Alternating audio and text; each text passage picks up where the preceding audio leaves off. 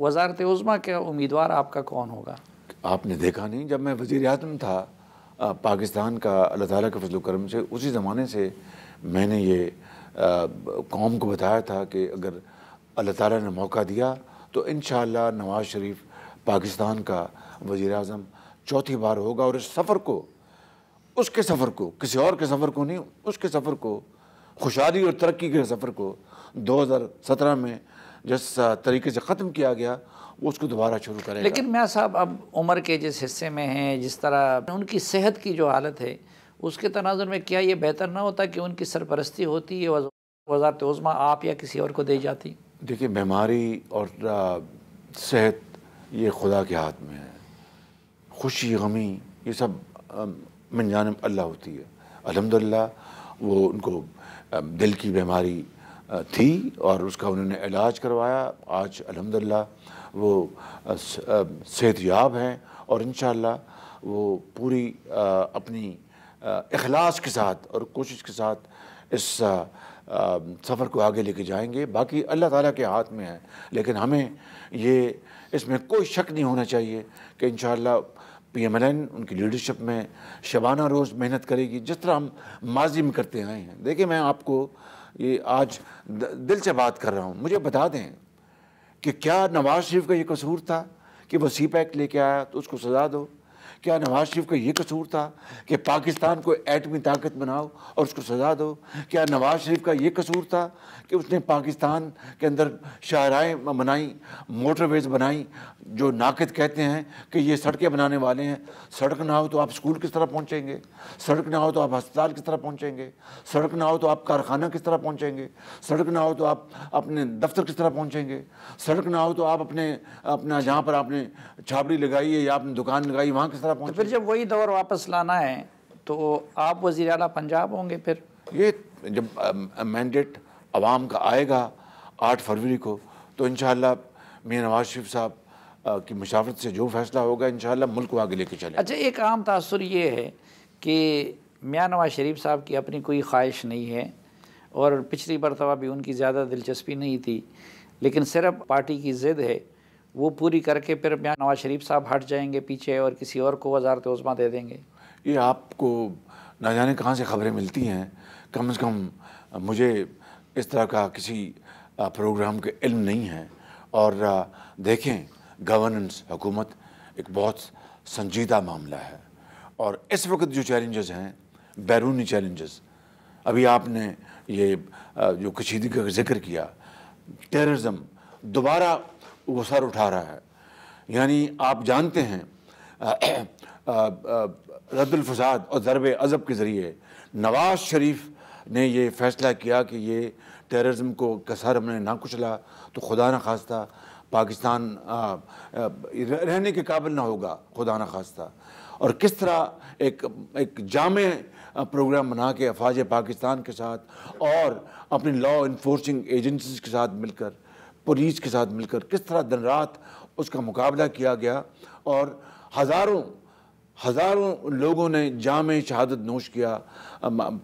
सिपाही ने, अफसर ने, फ़ौज के, पुलिस के, दूसरी एजेंसीज के, आम आदमी ने, एक किसी की माँ ने, किसी के बेटे ने, किसी के बाप ने, तो इतनी बड़ी कीमत से ये मुल्क यानी एक टेररिज्म से आज़ाद हुआ, आज़ादी हासिल की और अमन कायम हुआ। किस तरह उस अमन को दोबारा उस हाइब्रिड रजीम ने उसको बर्बाद कर दिया।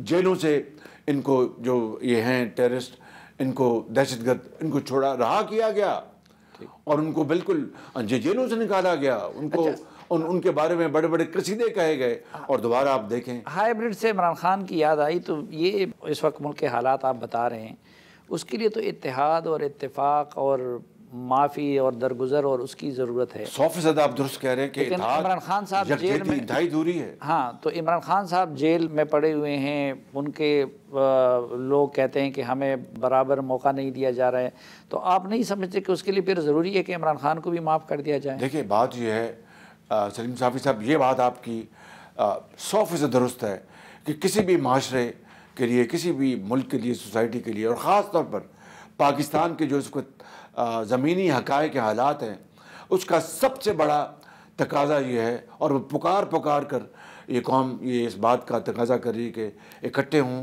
अपने इख्तलाफात भुला दें, इत्तेहाद और यकजहती के साथ इस अपने जो आपके जो ज़ाती जो तकालीफ हैं, मुश्किलात हैं, उससे ऊपर निकलें और आगे बढ़ें इकट्ठे होकर। और तारीख़ गवाह है कि वही कौमें तरक्की करती हैं जो अपने ज़ाती इख्तलाफात को भुला कर बड़ापन दिखाती हैं और हौसले और तहम्मुल बर्दाश्त से आगे चलती हैं। बिल्कुल मैं आपसे इत्तेफाक कर रहा हूँ, लेकिन 9 मई का वाक़या, इतनी बड़ी गद्दारी, अगर 9 मई का वाक़या ना होता तो मैं समझता हूँ कि इमरान खान जो उसका सरगना है वो आज जेल में ना होता।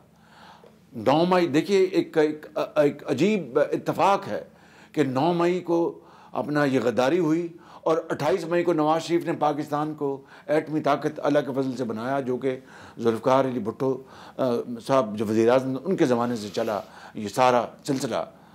तो अगर ये ना होता तो मामला मुख्तलिफ होता। 9 मई की जो वाक़या ये कोई मामूली बात है? अगर आप उसको आंख उससे चुराएँगे, उससे आप मुँह फेर लेंगे, तो फिर हमें आइंदा किसी और खुदा न खास्ता बड़े हादसे का सामना करना पड़ जाएगा। ये जेल में भिजवाने वाला ना हम हैं, ना हमारा इसमें कोई हाथ है। जब मैं वज़ीर आज़म था उस हद तक मैं हर चीज़ कबूल करता हूँ जो हमने की, लेकिन आज जहाँ पर पाकिस्तान को इत्तेफाक और इत्तेहाद की ज़रूरत है, वहाँ पर इस बात का आपको पूरी तरह पहरा देना होगा कि जिन्होंने 9 मई का जो गद्दारी का एक साजिश थी, साजिश जिसमें खाली सियासतदान नहीं थे, इमरान खान नहीं था, उसके हवारी थे, फ़ौज के अंदर भी, जुडिशरी में भी और दूसरे महकमों में भी लोग थे, बाकायदा एक प्लान था, बाहर की ताकतें भी थी। मैं वो बात करूँगा जो मैं जानता हूँ। मैं ऐसी बात नहीं करूँगा जी अब ये फ़लाँ मुल्क ने साजिश कर दी या फ़लाँ ने साजिश कर दी। हो सकता है, मुझे इसका पूरी तरह इदराक नहीं या पूरी मालूमात नहीं, लेकिन जो मालूमात है मुझे वो मैं ये दावे से कहता हूँ बिला खौफ तरदीद कि इमरान खान ने फ़ौज के ख़िलाफ़ गद्दारी की, इमरान खान ने जनरल आसिम मुनीर के ख़िलाफ़ गद्दारी की, और अगर वो खुदा न खास्ता साजिश कामयाब हो जाती तो मैं और आप आज यहाँ पर इंटरव्यू न दे रहे होते। मुल्क सबसे पहले है, अब पाकिस्तान के 25 करोड़ आवाम की तकदीर सबसे पहले है। देखिए गुर्बत में कितने इस वक्त लोग झुलस रहे हैं। अशराफिया जो है वो अमेरिका और शुमाली अमेरिका और जनूबी फ्रांस जाकर हर तरह का इलाज करवा लेती है। आज गरीब आदमी की इन्होंने दवाई बंद कर दी, इन्होंने इलाज बंद कर दिया। कितना बड़ा मुजरमाना फेल था ये। तो उस सफ़र को जो नवाज शरीफ ने इसका आगाज़ किया था उसको दोबारा शुरू करना मिलकर, मैं समझता हूँ कि ये हम सियासतदान हैं, हमने एक सबक सीखा है कि अब सियासत करनी, अपनी सियासत हम करेंगे, अपना प्रोग्राम देंगे, लेकिन एक दूसरे के ख़िलाफ़ गाली गलोच, ये इसका जो माशरा जो तकसीम हो चुका है, जहर घोल दिया गया है, इसका ख़ात्मा इंतहाई ज़रूरी है। ये जहर जो माशरे में सरायत कर गया, इसका ख़ात्मा ना किया तो कोई चीज़ नहीं। अच्छा, ये आपसे